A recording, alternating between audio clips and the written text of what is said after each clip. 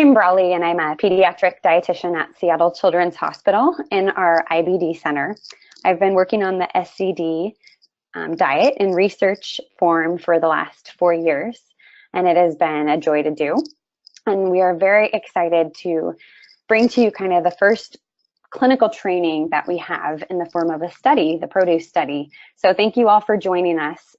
Today's presenters will be myself, Kaylee Nguyen, nurse practitioner at Lucille Packard Children's Hospitals, who has abundant history and clinical practice using the SCD. Giselle Woodward and Sherry Pilley are our SCD parent partners who have been an active role in making this study happen, and they know the SCD well. And lastly, Catalina Baron-Blum is an SCD patient who has been on the SCD for 6 years, and she's been a tremendous resource as well. So this book that talks about the SCD is called Breaking the Vicious Cycle, and how carbohydrates play a role in the vicious cycle is depicted here. You can see at the center, it's proposed that there's small intestinal mucosal injury in inflammatory bowel disease, which then leads to carbohydrate malabsorption down below. And because you have poor absorption and breakdown of the carbohydrates, those carbohydrates go on to the latter parts of the small intestines and large intestines to feed the bacteria, causing bacterial overgrowth. And that bacterial fermentation causes increase in byproducts such as nitrogen and methane and hydrogen and carbon dioxide, which then causes more bacteria and more mucosal injury. And at the same time, when you don't absorb the carbohydrates well, it causes an osmotic effect and it draws water into the intestines, causing more chronic diarrhea. So when you eliminate complex carbohydrates or carbohydrates that are not well absorbed well, you break that cycle, you stop the feeding frenzy, you reduce bacterial overgrowth, reduce byproducts, reduce the diarrhea, and so on. And that's what they mean by breaking the vicious cycle. Next slide. So this is the basics of the SCD. Just what can you eat? Again, like all popular diets these days, it focuses on fresh, whole, unprocessed foods. And you'll hear the term legal, and throughout the rest of the presentation, you'll hear the terms legal and illegal, which is the lingo that was introduced in the book and then adopted in the SCD community on and offline. So legal means stuff that can be enjoyed, and illegal means stuff that you can't, that you should avoid. So you can have all fresh meats, fish and shellfish, both fresh and frozen, but you can't have the packaged and deli and preserved meats, which have a lot of illegal ingredients. You can have most vegetables except for the starchy kinds like potatoes and corn, and the mucilaginous ones such as taro and okra or cactus. You can have all the fruits except for green bananas, plantains, and young coconut. Of course, when green bananas and young coconut become ripe, all those starches are metabolized or changed into sugar. So you can have the yellow bananas with spots and the ripened coconut that's brown. And you can have all fats and oils, including butter, that we kind of want to limit the highly processed oils like canola and corn. You can have cheeses that are aged for more than 30 days, but not the soft, unaged cheeses like cream cheese and cottage cheese. Brie is one example of an aged cheese that's not hard, so that is legal on the SCD. The SCD really encourages homemade lactose-free yogurt. It does allow for lactose-free milk in the latter, more advanced stages, and also homemade nut milk that doesn't have any stabilizers or thickeners. And it does not allow for regular milk or commercial yogurts because almost all of those contain lactose. Nuts and seeds are allowed, but the flavored, sugared, or packaged nuts and seeds are not because they have a lot of anti-caking agents to keep it from sticking. Honey is the single source of sweetener aside from fruit. And you really can't have any other things like maple syrup, etc., except for the purpose of this study in the modified arm, maple syrup is allowed. And then legumes such as lentils and beans, as long as it's soaked for 12 to 24 hours to remove some of those extra starches, are allowed. And then it does not allow any grains whatsoever, even the gluten-free and ancient grains. So there is a lot to eat, and you can definitely have a well-balanced diet that meets nutritional needs. Go ahead, next slide, Smile. In the modified arm of the SED, we have included some additional foods.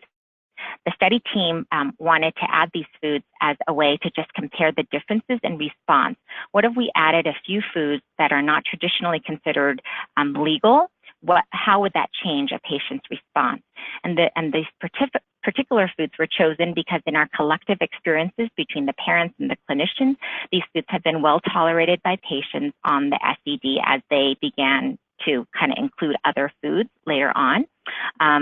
And these foods would add variety and options for many recipes for the patient, and it might help them stay on it longer. So it includes, as far as grains, oats, organic brown and white rice, and cocoa, and sweet potatoes, excuse me. And then others include maple syrup and cocoa. For the research purposes, patients would be required to consume a minimum of 3 servings of any of those grain items or the combination of them each week, because we need to be able to compare the different arms, right? We would also want to limit the patients to a maximum of 6 servings of each of those grain items or combination of items, because we need to keep them on a limited carbohydrate diet, and they can't just be eating sweet potatoes and rice every day at every meal all the time. And then as far as maple syrup and cocoa, we also presented a minimum of 2 tablespoons a week and a maximum of half a cup a week for each of those items. We'll go back to Kim now. Tricks and treats of the SCD and modified SCD. We've compiled kind of our experiences and what we've found to be helpful both in clinic and at home. And we'll start with some meal options with breakfast. So kind of example, SED meals could look like a smoothie. We want this to be high calorie, and we'll get into weight loss soon. But something like the SED yogurt made from full fat milk, even heavy cream, or coconut milk from a can, or avocado with some sort of added protein like a nut butter or egg whites, as well as a fruit. And you can get creative. You could substitute traditional crepes with coconut flour crepes and add your favorite toppings. Another option could be an egg omelet with veggies, aged cheese, salsa avocado, or even SCD legal bacon or sausage. Many kids love homemade SCD sausage made from either turkey, pork, beef, whatever they prefer. And another popular favorite is grainless granola made from nuts and seeds. Coconut flakes can be added, mixed with various dried fruits, olive oil, and honey, and then baked in the oven. It makes for a delicious high-calorie snack and breakfast. Next slide. Examples of lunch. The easiest is definitely leftovers from dinner, but some kids really like to be simple for lunch with like a cheese and meat platter, some sort of sandwich if they can find a bread that they like made from almond, coconut, pecan flour, filled with tuna or peanut butter and jelly or egg salad. You could also do a standalone item like cauliflower rice stir fry, which is pretty easy to cook up. And you can do like something like the picture shows, an open face lettuce wrap or bowl with kind of Thai Asian dressing and beef or chicken or whatever meat you have inside. Next slide. And then dinner, I truly feel is the easiest and the most consistent with what we would typically think. A lot of this is thinking outside of the box, which we do as dietitians, but how can we make it kid-friendly as well as the trick? Kids, some of them like ribeye steak or salmon with cauliflower puree to make it similar to mashed potato consistency with butter, or SCD cream cheese with a grilled veggie. Something like in the third picture, your choice of meat sauce or lentil sauce over zoodles or spaghetti squash. Pesto chicken with steamed and grilled veggies. Hamburger wrapped in lettuce with all the toppings aside from a bun. Or soups. Soups, I feel like, are one of the easiest options to have for meals that are SCD compliant. So squash, lentils, bean, Italian wedding can all work on the SCD. Next slide. Prepackaged foods on the SCD are both awesome at making life easier and convenient, but we also have to be careful with these. So I love to say it's possible to be a junk food SCD follower, just like it's possible to be a junk food vegan or vegetarian. I'm going to talk a little about SCD yogurt. Some of you might know that I have been cooking the SCD for my husband with Crohn's disease for about 13 years, and have become an expert on the SCD, at least at our hospital at LPCH and the surrounding community. And I make yogurt, oh gosh, probably a gallon of yogurt every week, probably at the beginning of the diet. So it's very, very easy. It sounds very tedious at first, but it is not. The yogurt is a very important part of the SCD because it's versatile, and you can incorporate it into many recipes, and it's also the best sorts of probiotics on the diet. Because remember that we're breaking the vicious cycle, starving out the bad bacteria, and hopefully wanting to repopulating with beneficial bacteria. So the stages of the produce or of the SCD get a lot of talk. And for those of you that have done some education and research on the SCD, I would say that this is one of the topics that can be the most confusing and inconsistent. So next slide. For those that are maybe not as familiar with the diet, the theory behind the stages, there are a couple, and one of them is that the stages may cause potentially beneficial changes in the fecal microbiome. They also may help with symptom management, kind of moving from more easily to digest foods to more advanced foods. The stages have evolved over time based on the SCD community's experience and varied experiences. Up until this point, there's no clear evidence to suggest these are necessary, but there's strong belief in the SCD community. Therefore, we are including the stages, or our version of the stages, as part of the study design. And we will talk about kind of the variation that we've used for it in the next slide. So our stage 1, we're calling the beginner's SCD so that it's not confused with all the various other stage 1s out there. And Elaine Gottschall does, in her book, Breaking the Vicious Cycle, does talk about kind of staging foods or kind of an intro diet, foods that are easier to digest, but she does not really expand past that on a systematic way of introducing these foods back into the diet. So I know, at least you guys probably have had this experience as well. Families will come into clinic and they'll still be on the intro diet for weeks and weeks on end, waiting for symptoms to improve as the child is losing a lot of weight. So you'll see with our beginner's SCD, we've extrapolated the concepts from Elaine Gottschall, and with the concept of these foods being the most easily to digest. You can see that we've included foods from each food group to ensure that the child can still have a nutritionally complete diet, including fats, oils, to help with the calories as well. On the bottom, you'll see that part of the modification for the easily digestible portion are that fruits and vegetables should be ripe, peeled, and cooked.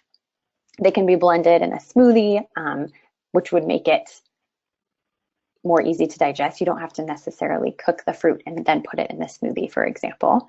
But if they're eating it raw, it needs to be cooked. Ripe spotted bananas and avocado can be raw.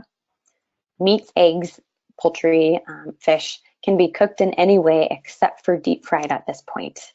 And a key thing to note, and that's why it's in all caps, is that we want patients to move through the beginner's SCD within 2 to 3 days. So by day 3 on the beginner's SCD, they should be ready to transition to our next stage,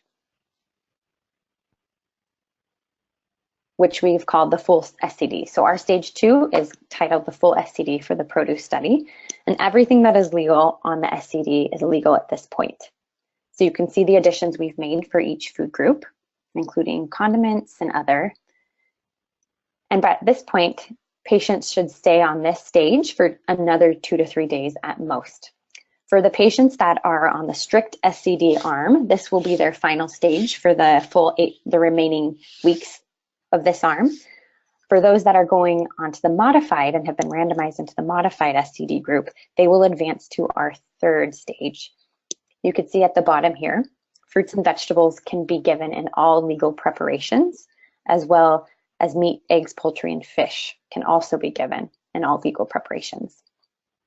Next slide. So here's our modified SCD again.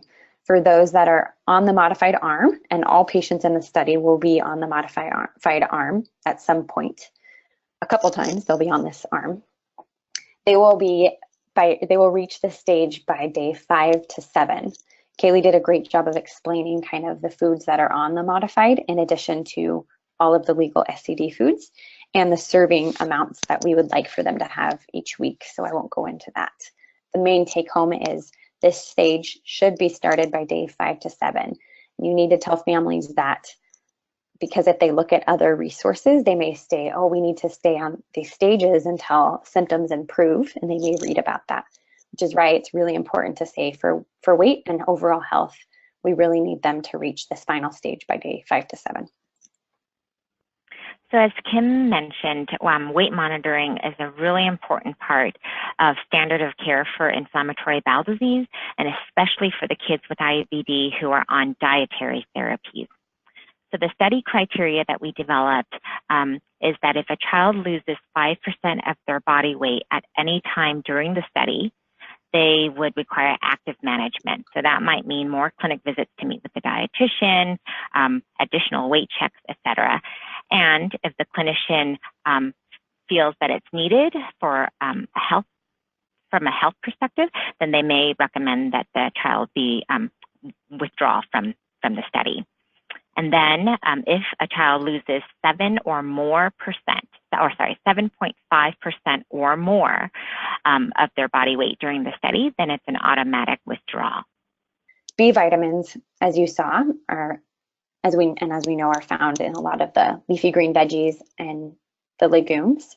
So if you find that a kid just really isn't eating a lot of fruits and veggies and they're really protein and fat heavy, I would recommend doing a B vitamin. Iron is controversial in the SCD world. Elaine Gottschall, when she initially published her book, discouraged supplementing with iron as it can be more irritating on the GI tract. So for kids that are on the SCD, we've usually implemented this diet for kids with mild to moderate disease. So they are anemic, but not necessarily symptomatic.